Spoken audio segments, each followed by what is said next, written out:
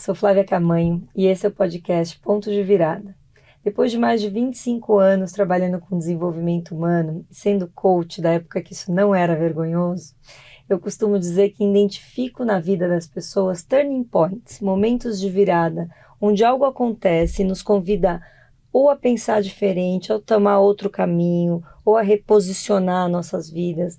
E a vida é cheia de convites e de turning points, às vezes mais intensos, às vezes menos intensos. A minha convidada estava dizendo para ela antes de começar que ela é quase a razão desse podcast existir. Que ouvindo ela contar da história dela, eu pensava, meu Deus, isso sim é um turning point. Normalmente eu não leio, mas eu vou ler, porque eu quero ler um dado sobre o que a gente vai conversar. Mas ela é vice-presidente South America da Electa. Poderíamos falar sobre a carreira dela e acho que vão falar um pouco sobre liderança, mas ela viveu algo que eu vou narrar aqui para vocês, só o contexto. Na manhã de 26 de dezembro de 2004, o mundo se preparando para uma virada de ano, a Terra tremeu de forma violenta no Oceano Índico. 160 quilômetros a oeste da ilha de Sumatra, na Indonésia, no Sudeste Asiático. Uma extensão de 120 quilômetros da placa tectônica indo-australiana avançou sobre a placa Eurásia, causando uma elevação em torno de 20 metros no fundo do mar. E o que isso gerou? Isso gerou um terremoto de 9,1 graus de magnitude, levando bilhões de toneladas de água a se deslocar, o que foi reconhecido e conhecido por vocês agora, vão lembrar sobre o tsunami que aconteceu em 2004. Os dados são dramáticos e trágicos, 230 mil mortos, 1,7 milhão de feridos nas cidades praianas, e entre elas na Tailândia. E a gente vai entender então como a Débora, que está aqui na minha frente, se conecta com essa história e como é que isso transformou e se tornou um grande turning point na vida dela. Débora, muito obrigada por estar aqui. Então eu queria te conduzir como você achar melhor, assim, me contar de qual é a decisão da pré-férias até tudo isso que acontece. Muito bom. Bom, em primeiro lugar, super obrigada pelo convite, estou feliz de estar aqui, inclusive, para poder contar a história, porque realmente é uma sorte enorme, né, eu poder ter sobrevivido a isso que, enfim, levou a vida de tanta gente, né, é verdade, do meu lado. Mas, enfim, eu sempre fui executiva, sempre trabalhei loucamente. Sou uma daquelas que chamam de workaholic, eu percebi. Mas minhas férias sempre foram importantes, né? Então, a decisão de ir para a Tailândia é uma das tantas, porque eu já fiz muitas viagens, principalmente antes de ter me casado e ter tido a minha filha, né? E eu tenho uma grande companheira de viagem, uma grande amiga, desde os meus 20 e poucos anos, e a gente já fez várias viagens. Então essa foi uma delas. Vamos para a Tailândia. Então essa minha amiga se chama Marie, e nós fomos para lá, Ásia pela primeira vez, não conhecemos nada, fizemos aí um circuito de Bangkok, de Bali, Singapura e depois sul da Tailândia. E a nossa última parada seria Chiang Mai, que é no norte da Tailândia, que a gente não conseguiu chegar lá. E aí a gente teve essa interrupção dessa viagem que marca a nossa vida de uma forma muito importante. Acho que sim, dá para dizer que é um ponto de virada, não tem dúvida. Né? Não tem dúvida. Me conta a sua lembrança desse dia. Como é que a tua deve ser uma lembrança? Eu falo que tem um provérbio russo que diz que o futuro é certo e o passado que está sempre mudando. Perfeito, porque eu acho que a gente se conta uma história, né? É verdade. Eu acho que, assim, para mim é muito claro que a lembrança que eu tenho, ela é distorcida pela minha autoproteção. Mas é um dia lindo, maravilhoso. Eu estava num lugar espetacular, perto de Phuket, numa das ilhas que tem ali, hospedada, e enfim. E acordamos, eu senti um tremor muito leve, Comentei, falei, sentimos termômetro? Sentimos. Ok, bom, beleza. Vamos tomar café. Ela não estava bem nesse dia.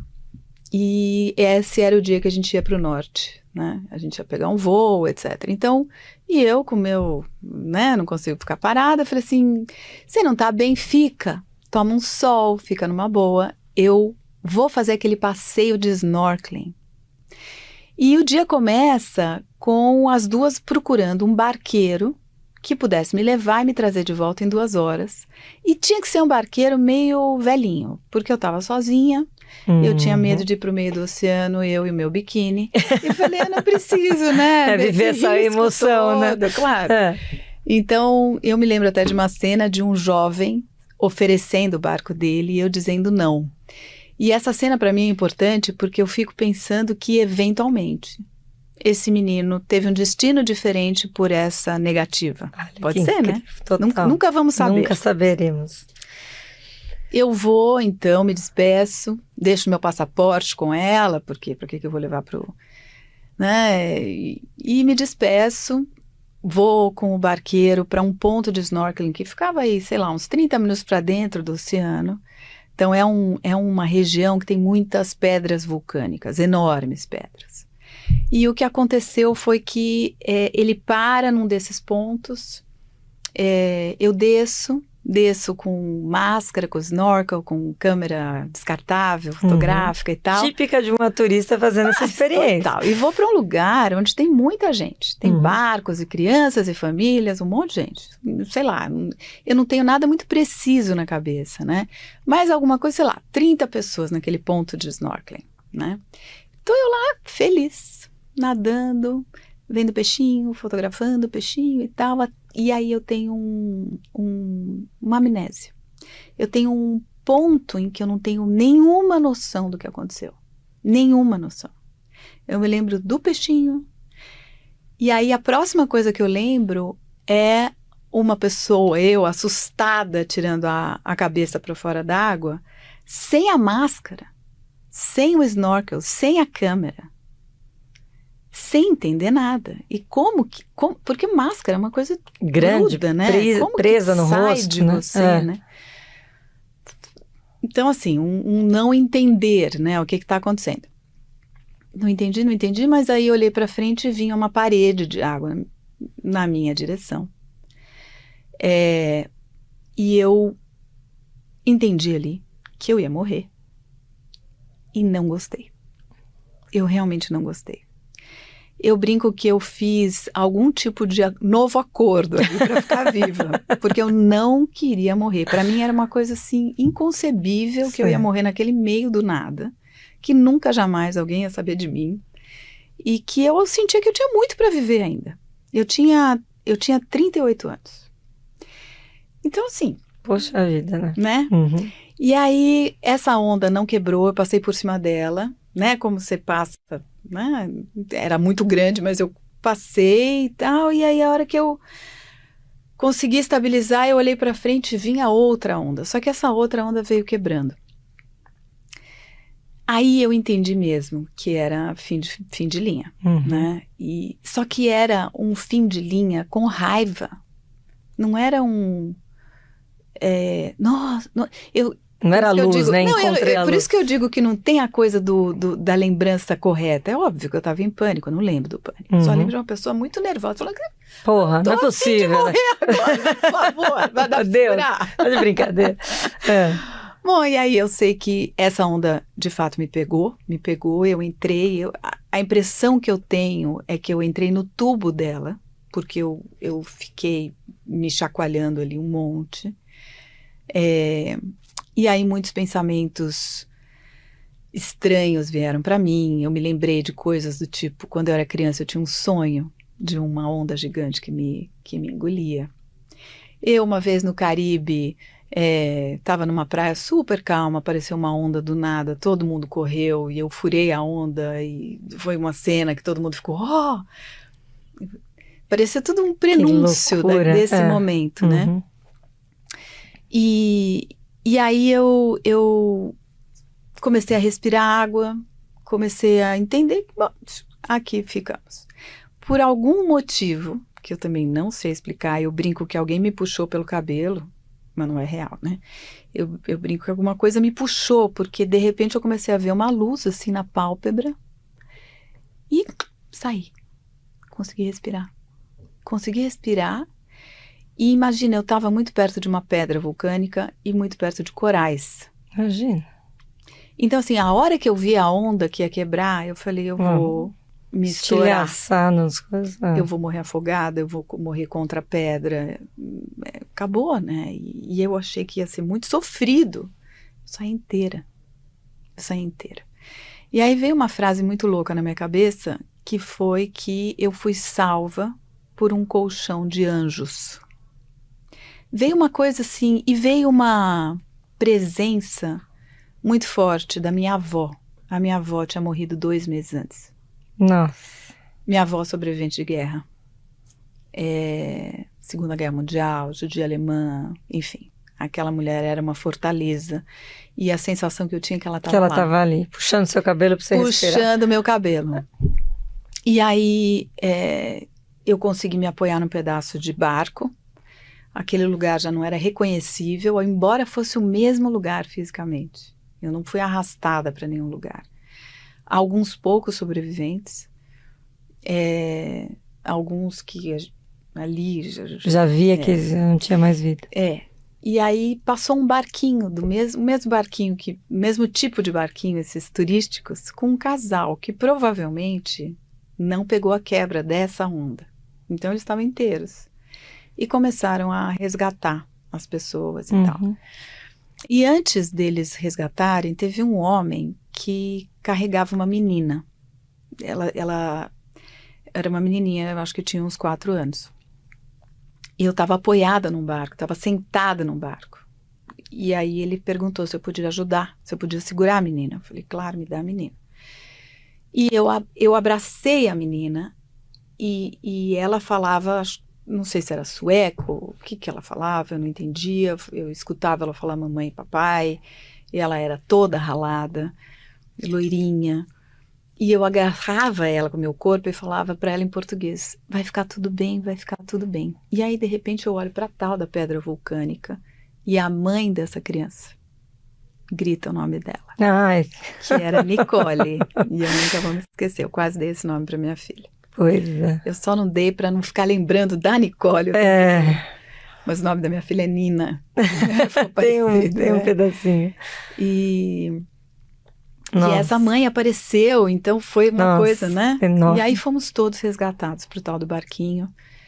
E algumas pessoas morreram no próprio barco. Foi essa cena que você fala, em que mundo eu estou? Isso não é real. Impressionante, né? Eu tenho uma sensação que nosso inconsciente nos protege, sublima, né? Para dar conta de dar conta da tragédia. A gente acho que relativiza na cabeça. Acho que existe até um estudo sobre isso, que fala, né, o reptiliano, né, de sobrevivência, ele tira o límbico, né, ele desativa o límbico. Se você sentir toda a emoção que você está sentindo naquela hora, você não consegue sobreviver àquilo, né? Não consegue. E é muito estranho mesmo o que você está falando, tem tudo a ver, porque eu naquele barco, algumas cenas, para mim o turning point é o barco, porque tinha um homem na minha frente, em pânico, em choque, na verdade. Eu vomitava, porque eu tinha me afogado. O moço na minha frente, ele falava assim, ela não conseguiu, eu acho que aquela moça que eu vi boiando era minha namorada, ela não conseguiu. Tinha um colete salva-vidas entre eu e ele. Ele se esgueirou assim, devagar, e puxou para ele o colete.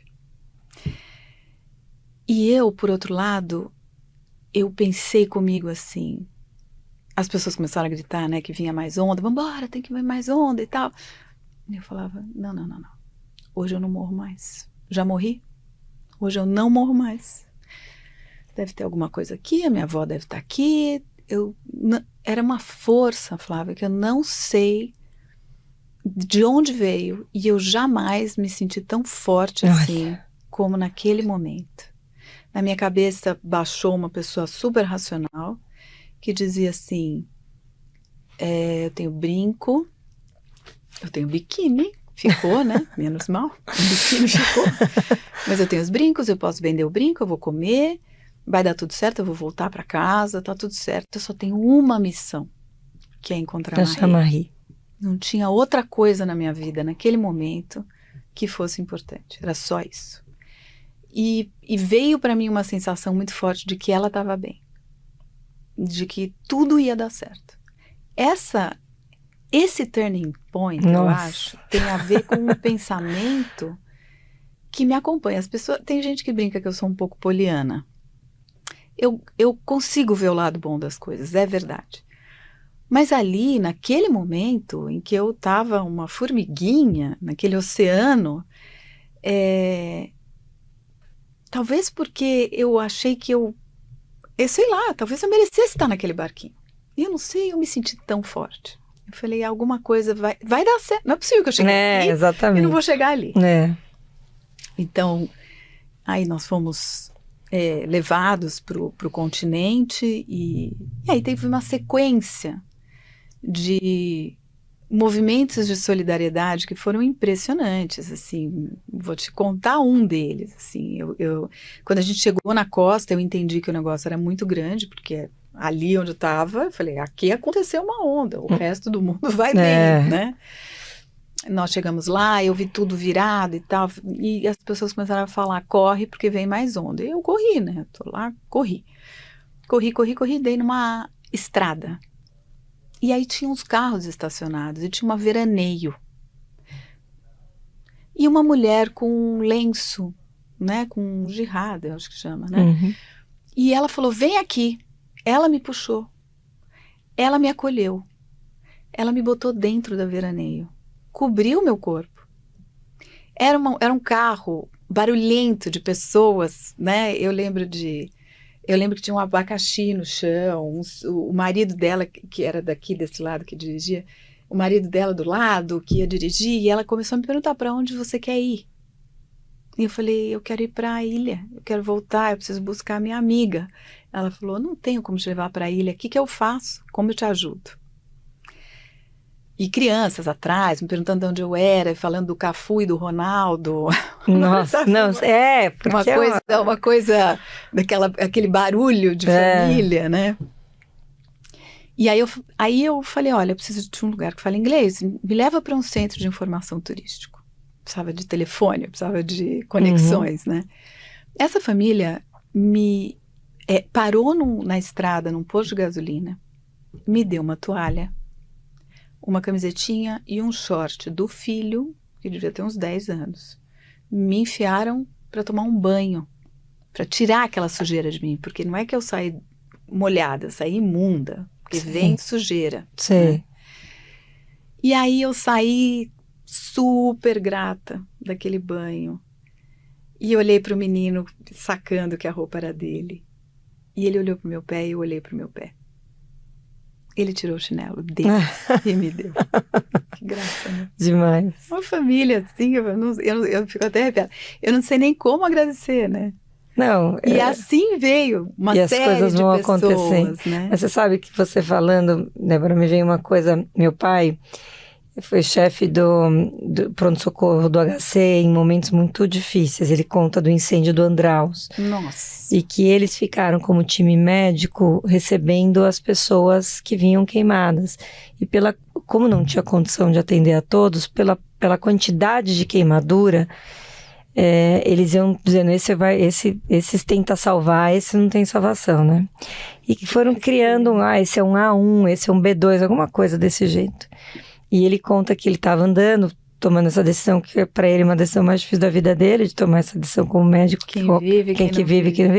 E vira um cara que estava completamente queimado e olha para ele e fala, não, doutor, eu sou vivedor. Ele tinha entendido o código, estava observando o movimento, olha para ele com os olhos brilhando e fala para ele, não, doutor, eu sou vivedor. Ele fala, você é mesmo, você é vivedor. E aí, quando eu escuto você contar, me vem essa coisa assim, o nosso olhar também muda o contexto, né? Então, assim, de olhar para aquela situação com a gratidão das coisas que estavam sendo ofertadas para você naquele momento, né? Nossa, de um momento de uma angústia imensurável, né? Não sei nem o tamanho. E é o que você falou, a gente se protege, porque o que tinha ali comigo, além dessa pessoa que eu passei um dia inteiro nesse tal de Veraneio. Não, esse lugar de informação turística. Fui tá. acolhida lá também. E me deixaram ligar para todo mundo, para o Brasil, para a ilha, para os hotéis, para tentar entender o que estava acontecendo. Eu nem sabia eu não sabia eu nunca tinha ouvido falar. Né? Tsunami. Ninguém, né? Um negócio que... E eu oscilava entre uma fraqueza profunda que eu tinha que vomitar e vamos lá que eu preciso encontrar. E aí eu fui foram 3 dias, perambulando nessa cidade, chama Crabe a cidade, que é uma cidade que recebe e transporta todos os turistas que vão para as ilhas daquela região. Então, assim, tem um porto que ia recebendo todos os barcos que vinham das várias ilhas. Eu andava por aquele porto de um canto para o outro, perguntando Procurando se vinha uma da tal da ilha. E fui a hospitais, e fui a escolas que se organizaram. Enfim, tudo que eu podia fazer ali. Uhum. Procurando entre vivos e mortos, né? Mas você tinha para você... poucas vezes eu enfraqueci, assim, teve alguns momentos, óbvio, né? Nessa época eu trabalhava na GE e em algum momento eu pedi ajuda, né? Eu falei, putz, eu tô numa multinacional, certamente eles estão na Tailândia, né? Uhum. E aí eles foram maravilhosos, super se mobilizaram, não tiveram que fazer nada no final, mas só de saber que eu tinha esse respaldo, com certeza. né? Foi muito importante, eles foram, assim, uma grande gratidão por eles, né? Pela forma como conduziram e, inclusive, pelo fato de que eles estavam me acolhendo para que eu pudesse encontrar uma amiga, não uma funcionária da empresa, né? Enfim, fiquei lá 3 dias nessa busca. Minha última noite nesse lugar, e me indicaram que tinha um hotel que abriu todo o seu espaço de evento para receber os resgatados.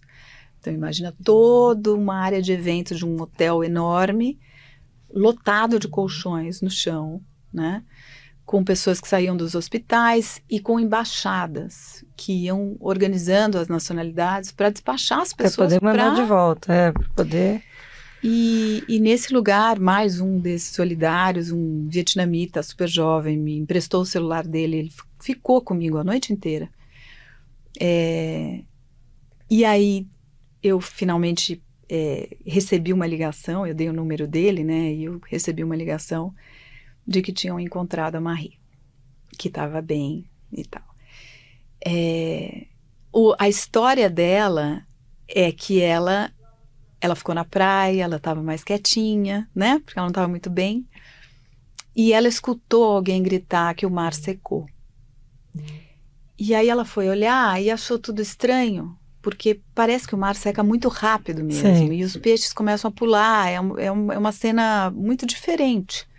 E ela olhou e falou, tem alguma coisa aqui muito estranha? E as pessoas começaram a ir em direção ao mar para ver. E ela começou a ir para trás.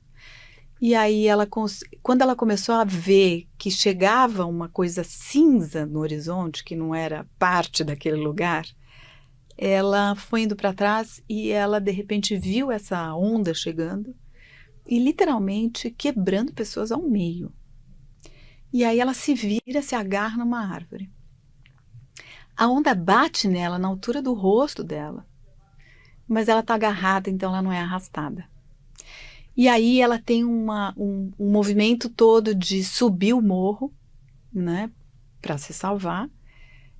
Só que ela, diferente de mim, porque ela viu o que aconteceu com as pessoas no mar, ela tinha certeza que eu tinha morrido. Então ela estava desorientada.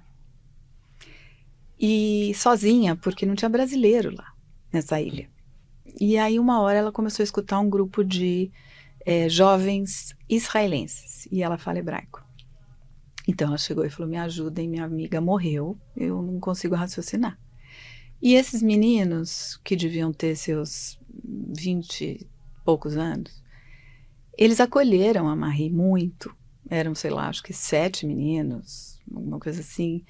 Inclusive, resgataram a mala, nossa mala estava fechada, porque a gente ia viajar esse dia, então a mala sobreviveu, Olha, eles que loucura. resgataram a tal da mala, etc. E cuidaram dela, levaram ela para Bangkok. E ela chegou em Bangkok numa entidade judaica que eles levaram, e lá ela conseguiu conectar a internet e tal, e alguém mandou uma mensagem dizendo: achamos a Débora, cadê você? Eu fico tão emocionada quando eu escuto. Eu acho demais, muito lindo isso, eu me né? arrepio até hoje, Ah, gente. não, gente. Faz 20 anos essa história, é incrível.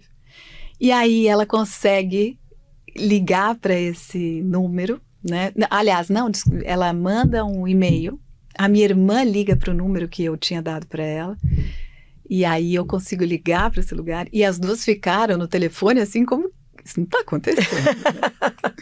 Foi uma coisa louca. Aí eu peguei um avião e fui para Bangkok, e é até engraçado porque no meio dessa andança toda, alguém me deu uma sacolinha preta. Uma sacolinha. Dentro da sacolinha tinha um pão. Que me deram um pão também. Eu ia, né? Tentando sobreviver, né? E aí, quando eu passei no raio-x, eu passei a sacolinha preta. Que já era uma coisa um pouco bizarra, você passar um negocinho desse tamanho lá. Uhum. E aí eu sentei do lado de um inglês no avião. O cara olhou pra mim, eu com o shortinho do menino, lembra? Eu tô com a roupa do menino. Ele olhou pra mim e falou assim: traveling light, huh? Tá levando nada de bagagem. E ele também vinha de uma outra ilha, e ele salvou um monte de gente na ilha que ele estava, me mostrou fotos, etc. Então, assim, era uma mobilização daquelas pessoas, né?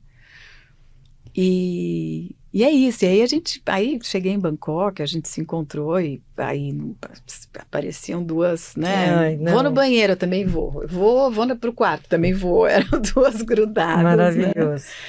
Né? Bom, isso. Olha, eu imagino que essa experiência tenha se desdobrado, se transformado em muita coisa, né? A gente estava falando disso. Para que lado nós vamos usar essa experiência, de tanto que ela é incrível. E ela não é só sua já, né? Ela já transforma quem a escuta, já tem uma coisa, quase porque essa vivência compartilhada, ela vira um legado também, né? De reflexão de vida, de conseguir vislumbrar o que é você passar por algo parecido. E a gente falou um pouco do quanto que esta relação de amizade tem uma simbologia importante, né? E aí eu queria que você contasse um pouco da ideia do livro, que eu acho que é um novo turning point na sua história. Eu acho que assim, esse evento, ele é um turning point, eu diria assim, até falando um pouquinho antes de chegar no livro, ele é um turning point de como eu encaro a vida, né? Eu era essencialmente uma executiva, essencialmente uma pessoa que tinha um olhar muito para mim mesma, né? E esse evento muda meu foco. Ele começa mudando meu foco até na minha forma de lidar na minha vida profissional. E de poder ser eu mesma, de ser genuína, de poder fazer tempo para as pessoas, para escutar, para me importar. Eu não tinha esse olhar antes. Eu era eu. Uhum. E abrir espaço para, inclusive, encontrar uma nova relação, fazer uma família e ser mãe. Eu fui mãe aos 43 anos, né, da minha pequena Nina, que eu acho que é um grande presente, né? Assim, um presente da vida maravilhoso. Então, esse novo olhar, e nesses anos todos, eu sempre tive, eu e a Marie também, a gente sempre teve uma postura muito reservada. A gente recebeu inúmeros convites, né? E nunca nos pareceu adequado compartilhar de uma forma midiática. Claro. Porque já era muito ter sobrevivido, né? E aí, o que foi acontecendo é que no caminho, muita gente falou exatamente o que você falou. Essa história, ela é uma coisa importante das pessoas escutarem. E a pandemia foi esse momento em que, eu estou falando o tempo todo de turning point, mas é real. A pandemia, eu tive um convite de uma amiga que me fez a seguinte pergunta: como seu estilo de liderança muda a partir do tsunami? Vamos fazer uma live, era aquela época das lives. E eu, que nunca tinha feito nada disso, fiz a tal da live. E foi muito legal e tal, e isso reverberou. E apareceram outras coisas, etc. E eu fui entendendo como as pessoas estavam podendo se acalmar naquela tragédia mundial, que era a pandemia, de escutar uma história dessa. Não. Né? E a Marie, por outro lado, também, escutando um monte de gente falando, vocês tinham que fazer palestra, vocês tinham que escrever um livro. Ela tem um médico, especificamente um médico, que falava, você tem que escrever e tal. E aí a gente começou a escrever durante a pandemia. Nossa. Ela começou, ela falou, tô escrevendo. Eu falei, tá, vou escrever meu pedaço, vamos ver o que dá. E a gente tá há 3 anos. Não, eu ia, assim, eu acho que o escrever é revisitar. Curar. Curar, que eu falo que uma das coisas que eu falo de trabalhar de autodesenvolvimento e de se curar é você entender que o que machucou naquele momento, ou a decisão que você tomou naquele momento, ou o posicionamento que aconteceu, ele não é mais vigente, ele era pertinente àquele momento. E às vezes a gente se aprisiona naquilo e se penaliza e se culpa ou se limita por algo que acontece no momento passado. E só que tem uma outra coisa, que é também você revisitar essa história e tirar a energia, que é o que você está contando, de olhar e falar, cara, eu já venci. Eu sempre falo, todo mundo que chegou até aqui já venceu uma série de coisas. A gente vence desafios de tamanhos e proporções. E alguns que a gente nem sabe. Nem imagina. Como essa moça do World Trade Center que você me falou, que soube depois. Então assim, você... Proteção, eu falo assim, e esse podcast tem sido sobre isso, né? Então,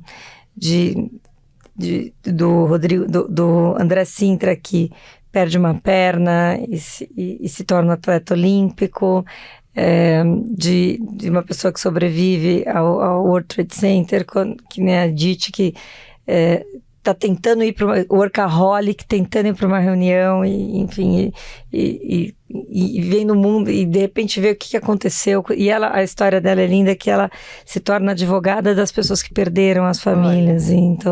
E é todas essas conexões, né? E eu acho que você contar a história e você trazer a história de alguma proporção, se conecta a todo humano, né? Que quando eu te escuto, eu me penso nessa situação e me revisito também.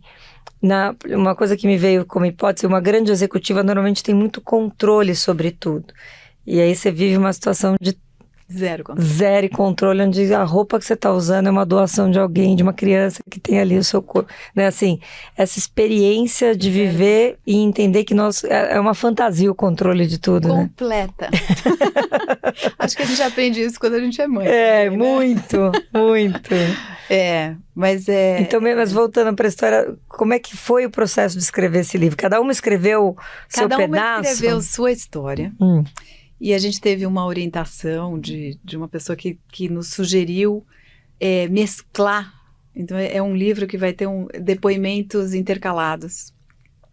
Mas é um livro que ele fala disso dentro de um contexto maior, que é o contexto dessa amizade. Então, a Marie é alguém que eu conheci quando eu tinha 20 e poucos anos, e com quem eu vivo... A minha vida vai andando, e a dela também, e a gente vai se acompanhando. Com muito amor, com muita presença de ambas, né?